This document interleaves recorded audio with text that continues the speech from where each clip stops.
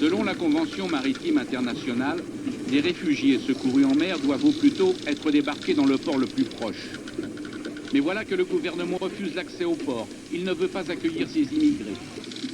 Ils ont très vite été affamés et assoiffés, et très vite, la sélection des plus faibles a commencé.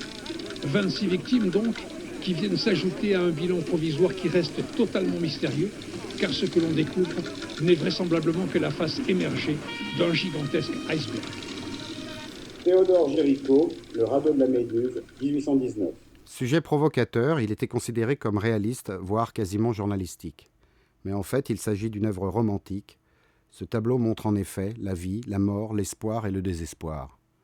C'est une composition classique, les corps sont disposés presque de façon sculpturale, et cela représente aussi la société française qui va, politiquement, à la dérive.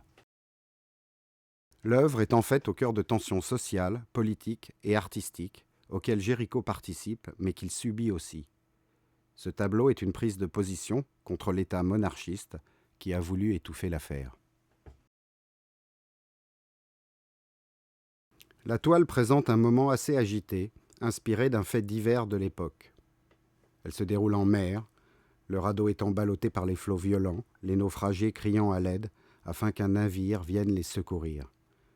Les uns pleurant la mort d'un proche, les autres agonisant. Le moment précis de l'épisode est proche du dénouement de la tragédie, alors que les survivants aperçoivent le bateau venu à leur secours. Le tableau compte ainsi, par toutes ces expressions de peur, d'angoisse, d'agonie ou encore d'espoir que l'on peut lire sur les visages si réalistes des personnages, l'histoire autour de laquelle tourne la toile de Géricault. Eh bien, voici la nôtre, pour cet amas de cadavres qui frappe et attire tous les regards.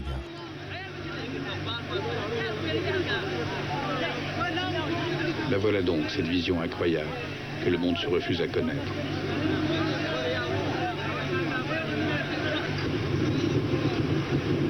Deux embarcations sont parties en même temps, ce sont les mêmes, toutes deux avec une bâche qui cache les passagers au bateau que nous pourrions croiser.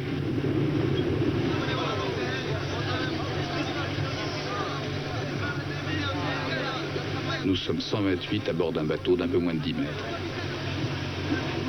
Il y a des gens dans la cale près du moteur, ou sous le triangle avant d'où je filme, et cela étouffe.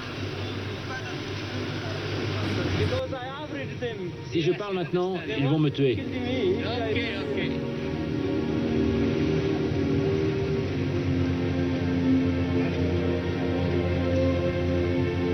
79 clandestins africains qui tentaient de rejoindre l'Europe sur un gros canot pneumatique. Ce qui compte ici, c'est que ce sont des hommes en danger de mort. Quelques heures auparavant, dans la nuit, une autre embarcation de fortune transportant 75 immigrants a été secourue par les gardes-côtes. Deux enfants nigériens de 2 et 4 ans, voyageant avec leur père, ont trouvé la mort en route. Leurs corps ont été jetés par-dessus bord. Il faut ne pas accepter la communauté internationale et ce qui reste de droits de l'homme de l'ancien temps, si j'ose dire, ne peut pas accepter qu'on les renvoie chez eux contre leur gré, c'est pas possible. Plutôt mourir que repartir, ces oubliés de la mer ont lancé un véritable cri d'alarme pour alerter l'opinion. Et je pense que les droits de l'homme impliquent que tout homme doit entrer au secours de ceux qui risquent un danger de mort ou un danger de grand malaise. Pitié, ce sont des enfants et des femmes!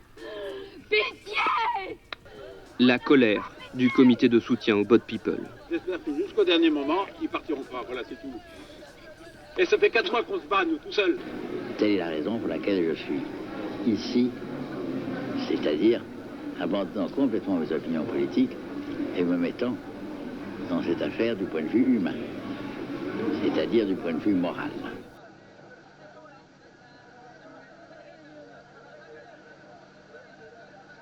En 1819, Géricault exprime un paradoxe.